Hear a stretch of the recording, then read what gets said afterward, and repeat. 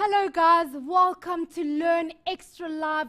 You have just joined us with, what is it? Grade 11, guys. I hope you grade 11s are ready and steady for an awesome show with John and me, Katleho. I have really missed you guys. I hope to have a spectacular show. It's so awesome to be back, and I know, although I don't see you, I really do feel that all of you are ready for such an awesome lesson. Today we are doing ideal gases. Hey, John? That's right, Katleko. And Please guys, tell us more. It's great to be with you, and I'm so pleased you're back too. We've been missing you.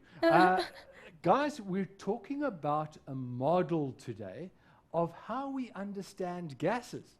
And you know what? Sometimes in science, what we've got to do is we've got to think extreme. We've got to go for the big X. Think out the box. That's what the ideal gas model is all about. Okay, and of course, by now you have nicely settled into grade 11 and you have nicely settled into being a mindsetter, so you know exactly where to join us, and that is facebook.com/learnextra, as well as on our Twitter handle, which is @learnextra. This is where you guys can ask as many questions as you need to ask throughout the grade 11 show, and also comment. Guys, I've really missed you guys, John, so you guys need to make sure that there's such a warm welcome on the page for me, guys. I really do want one, and I also am looking forward to all your questions and all your comments and your queries. Remember, you can find the notes on learnextra.co.za/live, guys. Download those notes and follow along with John. It really is going to be a fantastic lesson. Over to you, John. Thanks, Katleko. Let's get going, guys. Now, let's have a quick look at our overview for this lesson. So the first thing that I want to go through is, what are we going to do? We're going to, first of all, we're going to define the different states of matter. Now, I know that in grade 11, you're only expected to know 3 states of matter, but we're going to talk about the fact that there are other states of matter. But we'll focus on the 3 states of matter, and we'll look at the physical quantities used to measure gases. So that's really important. It's the foundation of what we're going to be doing over the next 3 or so weeks. You really have to get the basics in place. You know, it's no good building a house and starting with the roof. You've got to start with the foundation. So that's what we're going to do. Then I'm going to go with you, and together we're going to describe the kinetic theory of gases. This is a model where we take our glasses, special glasses, and we try and look inside exactly what's happening at a micro or sub-microscopic level. Try and predict and explain what we observe in the real world, and try and explain what's happening at a microscopic level. Then the next idea, talking about models, is we're going to describe the behavior of an ideal gas, and explain when there is a difference between an ideal gas and a real gas, and we'll use that to explain what we mean by the ideal gas law. Okay, I hope that's very clear, and that you're excited, and that this is something that you've been doing in class, that you are ready for this. Now, if you have any questions, you know, guys, I really like the questions. So please don't make Katleko feel lonely. She wants lots of questions. And I want questions too. So if there's something that you're not understanding, if I've said something too quickly, then ask, and we'll say it in a different way and explain it again. Hopefully, you'll understand perfectly by the end of this lesson everything you need to know about ideal gases. Okay, so let's get started. The first thing that I want to get started with is say, guys, what we mean by this thing called a solid. Now, we know in everyday life around us, there are solids, liquids, and gases. What are the properties of a solid? What makes something a solid? So if I've got the sponge here, and I'm holding it up, or even my hand, what makes this a solid, and the air around me a gas? What can we notice about a solid that is different to a gas or to a liquid? Well, the first thing, even though this is a spongy type of material and I can push it and it will change shape, what I recognize, it's got a shape, hasn't it? It has.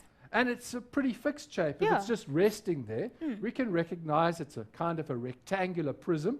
Okay, it's got a length, a breadth, and a height, and it's got a particular color, and so it's got properties of shape. Okay, got that? Very Got it. easy, simple. Next thing we can say about this is that it's got a specific volume. Now, even though this is a spongy material, and I could squeeze it and change its shape and volume a little, if I leave it go, it will come back to the same original shape and volume. You take another example of a solid material, something like this copper wire, which I know that Tracy was using for the grade 10s, and you recognize it's got a certain shape, and it's got a certain volume. We could measure its volume in different ways. All solids have a specific shape, they hold their shape, and they have a particular volume that we can measure. Now, is that true of the other states of matter? Well, think about it. We've said that solids have their own shape and volume. But what about liquids? Here we go. Here's a round bottom flask or flat bottom flask. And into the flask, I'm swirling it around. Kat, can you see that I've got some liquid? I can just some indeed. It's water. some water. Okay. What do you notice about the shape of the liquid? Well, it forms the shape of a bottle, right? Yeah, it takes the shape of the flat bottom flask. If I put it into a different container, it would have a different shape. Isn't that interesting? Definitely, yeah. Very It's interesting. different to a solid because I can pour a liquid. And look at that. That's quite nifty. I've just turned it on its side, and now you can see it has a different shape because Oh, I've that's just changed it interesting. in the particular glass beaker that it is in, or flask that it's in. Okay? So the shape is not a property of the liquid. But guys, if I took this stuff, water, put it into an ice cube holder and put it in the freezer, what would we notice? We would get an ice cube. We would get a solid, rectangular, or spherical ice cube. It would have its own shape and its own volume. Whereas this, yes, it has a certain volume, and we could measure it. Even if I poured it into a different container, it would have a fixed volume. Notice the whole container is not filled with water. It's not spread itself out. But what do we know? It's got its own volume, but it takes the shape of the container. So I've summarized that on the next slide. Take a look at this. What we recognize is that liquids have their own volume, but they take the shape of the container in which they are placed. Hope you've got that. Make sure that you can understand it. And perhaps start to ask yourself a question. Is this a liquid? Is that a solid? Make sure that you've got it very clearly in your heads. But the real focus of today is not about solids and liquids. We recognize that scientists have actually found other forms of matter, or other states of matter. One of them is called a plasma, and the other is called a liquid glass. Now, we're not going to deal with those. We recognize they exist. Some people even say a gel is a state of matter. It fits between a solid and a liquid. But what we're going to talk about is gases. Now, think about it. What do gases have? Do they have their own shape? Do they have their own volume? If I have a certain amount of gas and I pour it into a balloon by blowing up the balloon or taking a syringe and extracting it, what will we notice? Well, I think you would recognize that the gas will take the shape of the container. It will fill the whole container. So the shape of the gas will be the container. So in this room, there is air. The shape of the gas, of the air, is the shape of the room. What about the volume of the gas, of the air in this room? Well, it's the volume of the room. You can't just put a little bit of gas in a bottle and hope that it will sit at the bottom. No. Gases are different. Gases are these amazing materials or state of matter in which the shape and the volume of the container is the determining factor. Gases take the shape and volume of the container in which they are placed. So if I've got a square container, the volume, the shape of the gas will be the shape of the container. The volume of the gas will be the volume of the container. The gas doesn't just sit at the bottom. It spreads out all over the container. Okay, very important. Now, when we're studying gases, we can't only measure the volume and think that we can describe the gas. What we need to recognize is that materials change state mainly because of temperature.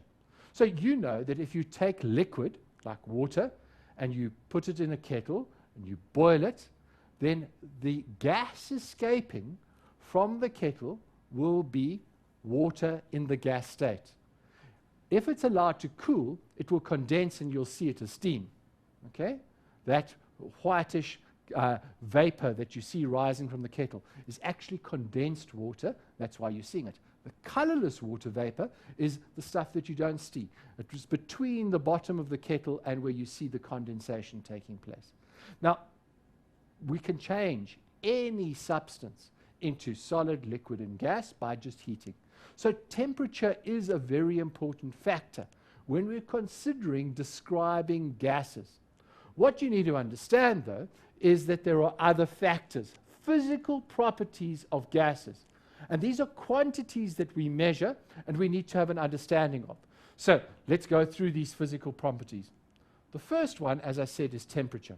So when we deal with temperature in everyday life, we usually say, well, today, Kat, what was the temperature today? Maximum temperature about 18? It was about 19, 18. 19. We'd say the temperature today was 19 degrees Celsius. Okay. Okay, this is measuring the air temperature. It's not measuring the body temperature, it's measuring air temperature. So that's an everyday measurement. Guys, I hope you've got that. You're very clear about it. 19 degrees Celsius. But scientists don't use this. They don't use this as the only measure and the standard measure of temperature. What we do when we're looking at gases, and we're studying gases as chemists or physicists, we use a temperature scale which is called the Kelvin scale. Now, it's different to the Celsius scale. The Celsius scale was first invented and discovered and put into practice because it used the melting point or freezing point of water as the 0 point and 100 degrees as the boiling point of water. The person that discovered it or invented it, a man called Celsius, somebody somewhere in the Scandinavian countries, I'm not sure whether it was Sweden or Norway, and he decided that he would make the difference between the melting point of water and the boiling point of water 100. Arbitrarily, no reason for it. He just said, let's make 100 units between those two. Okay? Turned out to be a very good choice as a standard way of measuring it. Somebody else, somebody called Fahrenheit, used a different scale of temperature. We're not even going to go into that. Only the Americans still use that, and we're not really worried about it. It's not really used in scientific notation or journals. Kelvin, on the other hand, Lord Kelvin, did a whole lot of experiments with gases. And he came up with this idea. Question of what's the minimum temperature you can ever get? And he called that absolute zero. Absolute zero. And in another lesson, we're going to go and see that absolute zero, 0K or 0 Kelvin, is the lowest temperature you can expect anything to ever get. You can't get below 0 Kelvin. Okay, make that very clear to yourself. Now, the other point that he found on this temperature scale was that the freezing point or the melting point of water was 273,1 something or other. We're just going to round it off and say 273 Kelvin. That's equivalent to 0 degrees Celsius. So you need to know these temperature scales, and you need to know how to convert. Let's just move on to the next 2 or 3 things very quickly. Volume in SI units is measured in meters cubed. But everyday measurements, we sometimes talk about a liter, which is 1 decimeter cubed. And you need to know how to convert from decimeters cubed to meters cubed. And we could even have centimeters cubed or millimeters cubed. Not often they give this to you, but it's important that you understand these are volume measurements and how to convert between them. Second to last point, pressure. Pressure is a measurement of force per unit area. So pressure is equal to force divided by surface area. The measurement is, for SI units, is 1 Newton per meter squared. And that's given a special name. It's called 1 Pascal. Now, in everyday life, when you go to the garage and you pump up your tires, we don't ask for pascals, but we say we'll have 1,000 of those. So we say 1 kilopascal is equal to 1,000 pascals. Okay? The standard temperature at sea level, because when we're wanting to measure boiling point of water, we've got to do it at sea level. We use a standard pressure. The standard pressure is actually 101.3 kilopascals. It's also known as 1 atmosphere. Very close to a very important measurement. Okay? We need to remember this. Standard pressure. Standard temperature, 0 degrees Celsius, 273 Kelvin. Last thing, and I promise this is the last thing, quantity of gas. We can measure gas in terms of the mass, in terms of the number of molecules, and an easy way to do that in terms of science is to say how many moles. Okay, so we are talking about chemistry. Remember, number of moles has a symbol N. These fundamental properties or quantities of measuring gases are extremely important. And you've got to know them, and you've got to know how to convert between them. Okay, Kat, I think we've come to the end of this segment. I think we need a break. We need a break. So guys, we're going to go for a really quick break. Run over, get yourself a bite to eat or some water, and be back right away because there's lots more to get through. See you just now.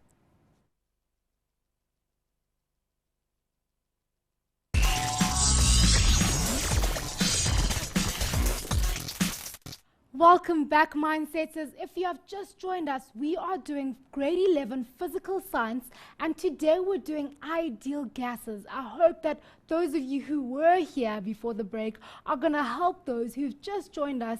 Some people have just said, oh, I came in a bit late. Don't worry, Mindsetters are always here to help each other. So make sure you jump onto the page and find out what you've just missed out. Guys, I'm still waiting for all the questions that you guys have in store for us. Please post them on the page, guys. I'd like to get a look at them and shoot them over to John as well. John, over to you. Thanks, Katleko. Now, guys, what we've done in the first section is just lay the foundation. And it's very important that you have a good foundation. You need to understand what a gas is. It's a substance or a state of matter where it doesn't have its own shape or its own volume. It takes the shape and volume of the container in which we place it. We also recognize that every gas has a certain temperature, very important. It has pressure, it has volume, the volume of the container, and we can measure the mass of the gas or the number of moles of substance we place in. So those are the quantities that we are going to be working with. And you're going to be working with these over the next couple of weeks. So please make sure that you understand these. We will be needing to do conversions from pressure in pascals to kilopascals, from volumes in decimeters cubed to meters cubed. You need to know those. So revise them. We're going to need to convert from temperature measured in degrees Celsius to Kelvin. Make sure you've got those conversions. And if we've got some time at the end, we'll go through some of them with you. Okay, let's move on now to the next idea. To try and explain what's happening inside a gas, there are really 2 models that we're going to use tonight. And the one model I like to call the microscopic model. So Katlego, what I'm going to suggest the learners do is get on some imaginary glasses that you can imagine what it's like inside a gas. So just imagine that you are in a room and there are it's filled with gas. What would we see? What do you think? Let your imagination run wild. Let's see. Stars everywhere. Stars everywhere. Yeah. Wouldn't you? Dinosaurs. No. I'm using my imagination. Yes, I know you are. No, come. Let's just think about it this way. Construct a picture, not as creative as Katlego. She was daydreaming. She's going to fairyland. No, we're talking about in the room. Just imagine for a moment you could see what makes up the gases. Well, I could see a little molecule or little particle, sphere, rushing towards my eye and then rushing away. Don't you think that I think you'd see that. That's and I would see things bombarding you as well. Hey? And I'd be ducking and you're diving ducking and diving. And if you were watching, you would see word. all of these particles moving around and they're bumping into each other and they're bumping into you. And you're breathing some of these particles in. Just imagine it like little balls all coming into your lungs, and then you're breathing it out, and you're shooting these things out again. Sure. Wouldn't that be amazing to see? That would be see? amazing to see, and quite scary as well. Quite scary, yeah. No, I agree with you. Now, guys, that ideal picture, or that picture of what the air around us looks like at a microscopic level, is something that has puzzled and interested scientists for a long time. So what they've come together and said, well, let's do some experiments. Even if they're thought experiments, let's collect some observations of gases and let's see if we can construct a model of what's happening around us.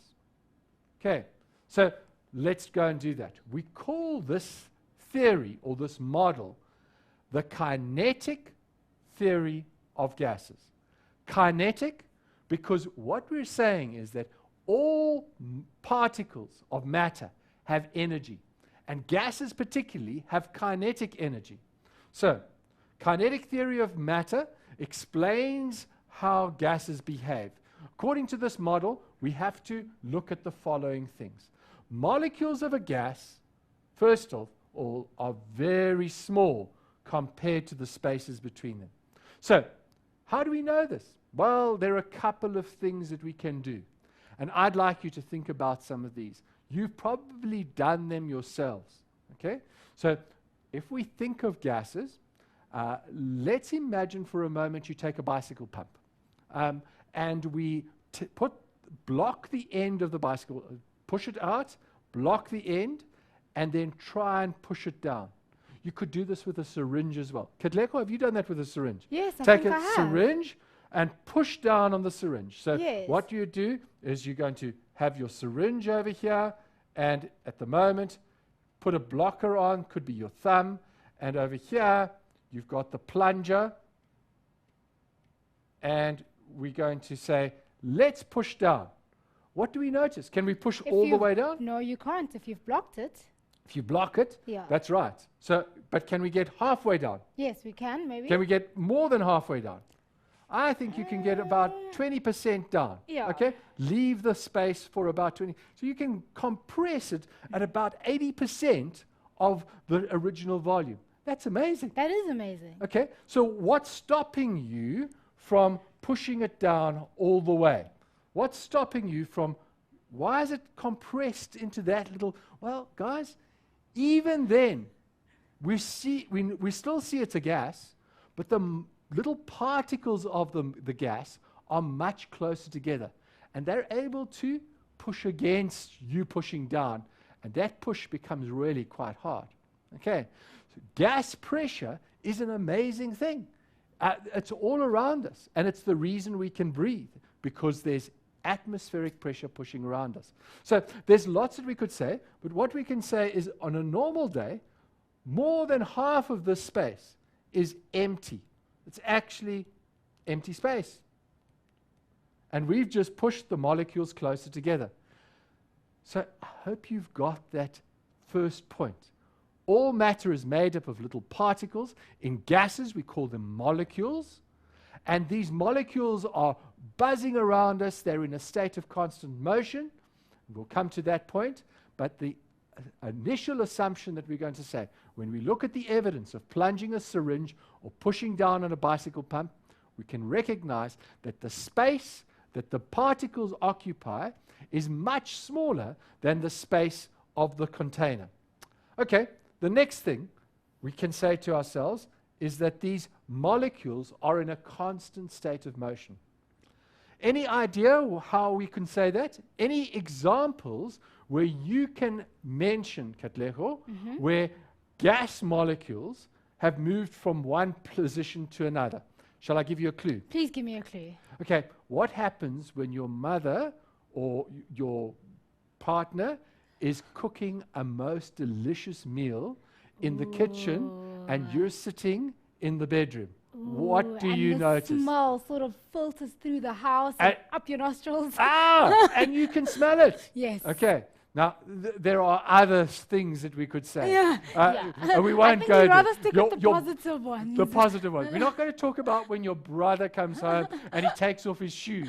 Not that one. But guys, what's happening? Gas particles are moving. They're not staying around the shoes or around the pot. No. They're moving everywhere. And they're filling the space that they can. So, two things. We can confirm that there are spaces between gases, because imagine if it was like all crowded and there was no room to move. Well then, would it be easy for things to move from one room to another? No. But we know that gases can diffuse. We use the word diffuse, diffusion. Gases move from one position to another. They can change their position. That tells us two things. They're in motion and they can move between the spaces. There must be big enough spaces for them to move. Excellent. Now, there's another little aspect to this kinetic theory, which we know that Einstein was responsible for as well. He was able to explain it. It was first observed by a Scottish scientist. I think he was actually a vet. He looked at samples under a microscope, and he noticed that there were these little things bouncing around. Little globules were bouncing around in blood, and then he looked at milk on water, and he called it was haphazard motion of particles. He called it Brownian motion, or it's being called Brownian motion. It tells us that all matter is in a constant state of motion, vibrating, and gases are no exception. Today we know that things are in Brownian motion. There are some people that even look at smoke under a slide, under a microscope slide, and the smoke carries little dust particles, and you can see them being bounced and buffeted and pushed from one thing to another. Very random, very haphazard. Tells us that matter is that gases are in a constant state of motion. Now, next thing, we observe that molecules of a gas fill the container and spread out evenly, leaving huge spaces behind. So this is an obvious thing. If you were we could use the experiment that we've discussed in terms of the smell from the kitchen. It permeates the whole house. If we take some deodorant, spray, aerosol, air freshener, spray it in one part of the room, it evaporates. You ever walked into a hospital? And what do you smell? It's that like ammonia. It's like that medical smell, Yeah. isn't it? Etherish smell. Why? Because it's everywhere. The gases go everywhere. They evaporate and they go everywhere. Actually, Now, John, there's a yes. question here by Katiso about perfume and stuff. He asks, why is a perfume called gas when you spray it out, it turns out to be liquid-like? Okay, very good question. I think So that's what he means. what we recognize is happening when we've got a perfume. In the bottle, it's liquid, Yes, clearly yes, liquid, okay? yes. When you spray it, the little nozzle distributes it. It's not just one little hole sometimes. It's on a lot of little holes. So very fine stream of spray. Now, it's a very good question because we've got this liquidy stuff that's being sprayed out in a fine spray, but gas molecules are bouncing into it. That causes it to spread out. Okay. Now, if you used your hand and it sprayed onto a surface, you would see it would be liquid. Okay. But most perfumes have a very, they evaporate very easily. Okay. They don't stay as liquids even on surfaces. So you can see that with deodorant. One of the things about deodorant, you spray it on your skin, and after a little while, your skin will get cooler because it's evaporated. So yes, it is a liquid, but as it sprays out, it gets into fine particles. The finer the particles, the easier it is to evaporate. It evaporates, becomes a gas, then the molecules can spread out and give off a lovely fragrance. If you put it on your skin, it's going to stay on your skin for a little while longer, and that's what gives you the very pleasant smell from a perfume. Okay. Okay, thank you. Excellent. So now, guys, the next thing that we want to explain.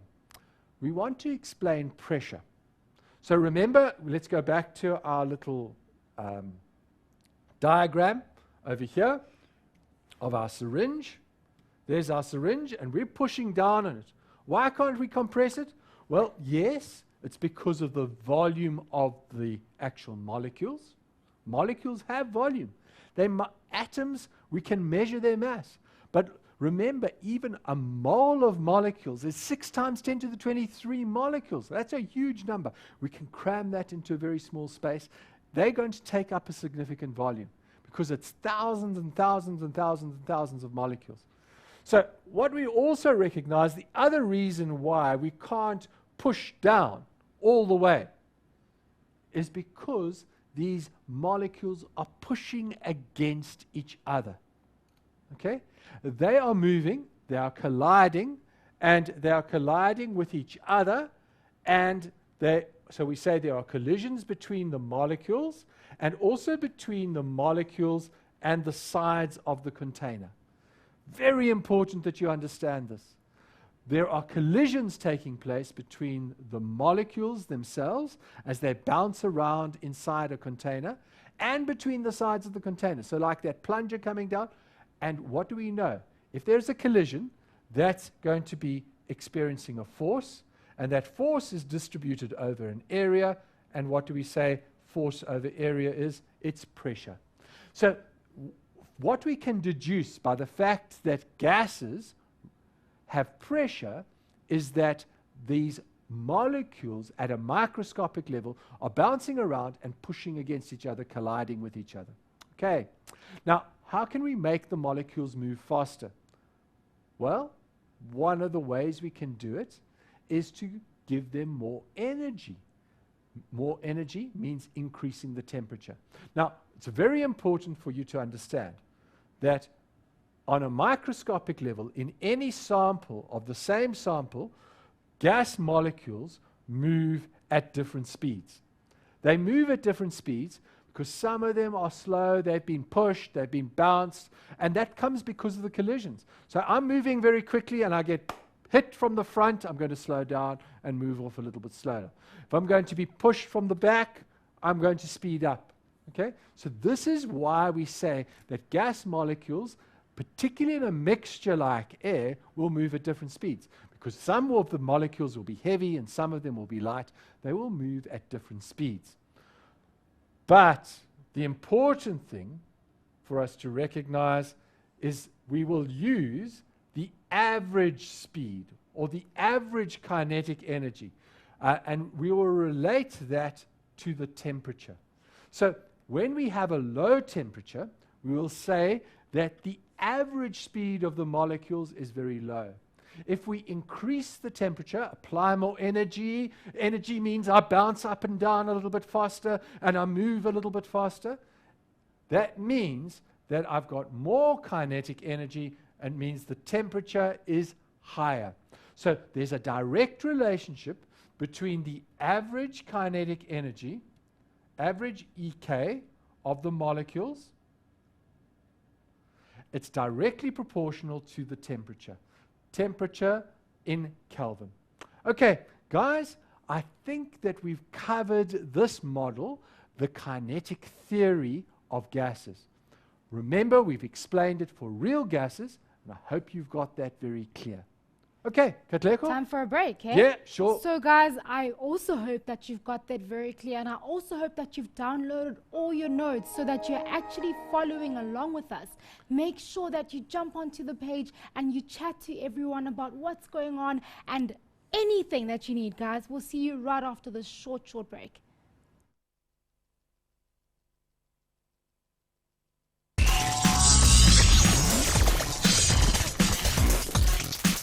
Welcome back, Mindsetters. Wow, the page is looking absolutely stunning. You guys are here fully and in full force, as I say. I hope that you guys have also taken time to help each other on the page, because it really helps your understanding as well if you can help another person. I am noting your questions. I can see them. John is going to go through it, guys. So really, really listen really carefully. Take good notes, and also take our notes from the website. Don't forget. Great, Katlego. Now, guys, what we'll do is we'll leave the last 5 or 7 minutes between that to answer all your questions. So let's get going, because I've got one further thing just to explain. What we've done so far is we've looked at the microscopic model of gases. Now, remember what we're talking about. We're talking about everyday gases, like a mixture of elements and compounds like air. It's made up of nitrogen, oxygen, carbon dioxide, neon, helium. All of those are known as real gases. Anything that's on the periodic table that's a gas is known as a real gas. So if I look at the periodic table, and I've just flashed one up here very quickly, the elements that are gases at room temperature are hydrogen, helium, and then neon, fluorine, chlorine, and just oxygen, nitrogen, and I've probably missed a few: argon, krypton, xenon, radon is also a gas. All of the ones that I've shaded in blue at the moment, those are gases at room temperature. There are a couple of others down here that are gases as well, but we're not too worried about those. Those are the main gases. These are real gases. Now, obviously, you can take the elements and make compounds. And so there are a whole range of compounds that are real gases. Things like CH4, methane, and a very common one, carbon dioxide. So we can say CO2, you should recognize that, carbon dioxide. And perhaps one more just to mention, we could have something like sulfur dioxide or ammonia. Let's do ammonia. NH3, this is ammonia. Okay, so compounds and elements that are in the gas phase. Remember, all the elements could be gases depending on temperature. We're talking about at room temperature, normal conditions. These are real everyday gases. Even at a high temperature, any of these elements and compounds could become in their gas phase. They are real. They're not imaginary. Now what we're going to talk about is something that doesn't exist. Something that's an idea. And that's why we call it ideal gas. It's an idea. It's an imaginary thing. Remember what Katlego was talking about earlier, about dinosaurs and fairies and stars buzzing around it. No, it's in that realm. It's imaginary, okay? Doesn't really exist. And we'll show you why we say it doesn't exist, because it's not really possible. So let's go to this. We don't want that one. We want this one. And what we're going to say is, if we look at ideal gases, there's a relationship between the quantities that we've mentioned. Pressure, highlight it, pressure, volume, temperature, and the quantity of gas. And we can relate these together with a simple equation. I'm not going to go into the detail of it, and I'm not going to describe it. I'm simply going to say the equation is PV equals nRT, where R is known as the ideal gas constant. That's as much as I'm going to say. I'm going to say to you that when substances obey this equation, they follow this, then for all conditions, then it is known as an ideal gas. It cannot exist. Why do I say that? Just think about this. Let's say the temperature was made to be 0. So we make the temperature 0. So we say T equals 0. Then what would happen to P and V? Well, one of them would have to be 0 as well. And can we have the volume being 0? Problem, isn't it? Can we have the pressure ever being 0? Oh, well, it's not likely to exist. It's an imaginary construct. So, very important thing. There's no such thing. Argon is not an ideal gas. Neither is helium. Those are real gases. Anything on the periodic table, helium, hydrogen, they can come close to the ideal. It's like a bit like being the ideal daughter. Imagine that. Hey, imagine that. What would your mother say? I think I am the ideal daughter. Are you? I'm sure you get lots of points. Most of the time, under most conditions, Katleko's the ideal daughter. Her mother has some expectations. She gets quite close to those expectations most of the time. But under all conditions, you know what? There's sometimes that I think sometimes she might not be. Not going to tell you how and why, but there might be occasions when she's not ideal. Okay? And maybe you're the same. Okay, let's go through it. What are the implications? If we apply the assumptions and say PV equals nRT has to hold true under all conditions, what assumptions can we make about ideal gases in terms of the kinetic theory? Well, ideal gas molecules have mass, but they occupy no volume. How is that possible? How can something have mass but not have space? And the reason we're saying that is if we had a little syringe and we were able to, at a constant temperature, keep the temperature constant, plug the syringe, and there's the plunger, and we were able to push down on it, we would, if it was an ideal gas, be able to make volume equals 0, even meters cubed. Okay? Centimeters cubed, millimeters cubed. You're able to make the volume equal 0. Now that would only be possible if the molecules didn't take up space. It has to have mass because it exerts pressure, because there are collisions taking place. But what we recognize is there are no intermolecular forces between ideal gas molecules. Real gases at temperatures and at certain pressures will convert to being liquids. They will liquefy. Ideal gases, an ideal gas never liquefies. This model doesn't allow it because there are no intermolecular forces between them. But there are collisions. Hey guys, this is contradictory, you're saying. That's right, it's an ideal situation. It's like the ideal car. Now, for me, the ideal car would have lots of power, but not use any fuel. It would have lots of space on the outside, but I could get into a very small parking space. That would be awesome. That would be ideal, wouldn't it? Yes. So you could actually pack it up and put it in a suitcase, and then when you want to use it, you open your suitcase, and there's your ideal car, get in, and it's a huge car on the inside. Big sound system, big engine, and it uses no money to go. That would be awesome. Do you get the picture? To create that. This would be ideal. It would be amazing. That's what we talk about in ideal gas. It is impossible, not possible to obtain. And the reason for that is we're making these assumptions. The collisions between ideal gas molecules in the sides of the container are completely elastic. That means they're not losing any energy. They're carrying on moving at constant speed, even though they're colliding. Okay, very important. So kinetic energy is conserved in all collisions. Guys, I hope you can see that this is like Cloud Cuckoo Land. It's as much of an imaginary scenario as what Katlego was talking about, dinosaurs flying around in her mind in the room. She was seeing things. Now, if we were able to see an ideal gas, we'd think it'd be very strange. In the ideal world, what would happen? Amazing stuff.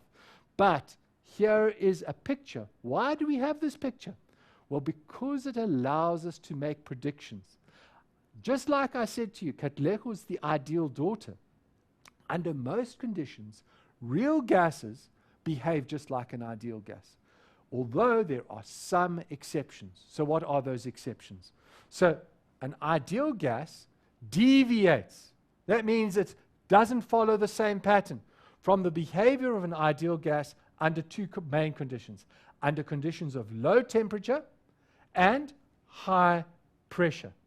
And so in both of these cases, what I'm going to say to you, it's because the molecules get very close to each other and they have strong forces, and so they change state. They become liquids. You can go through the notes and make sure that they've got that all sorted out.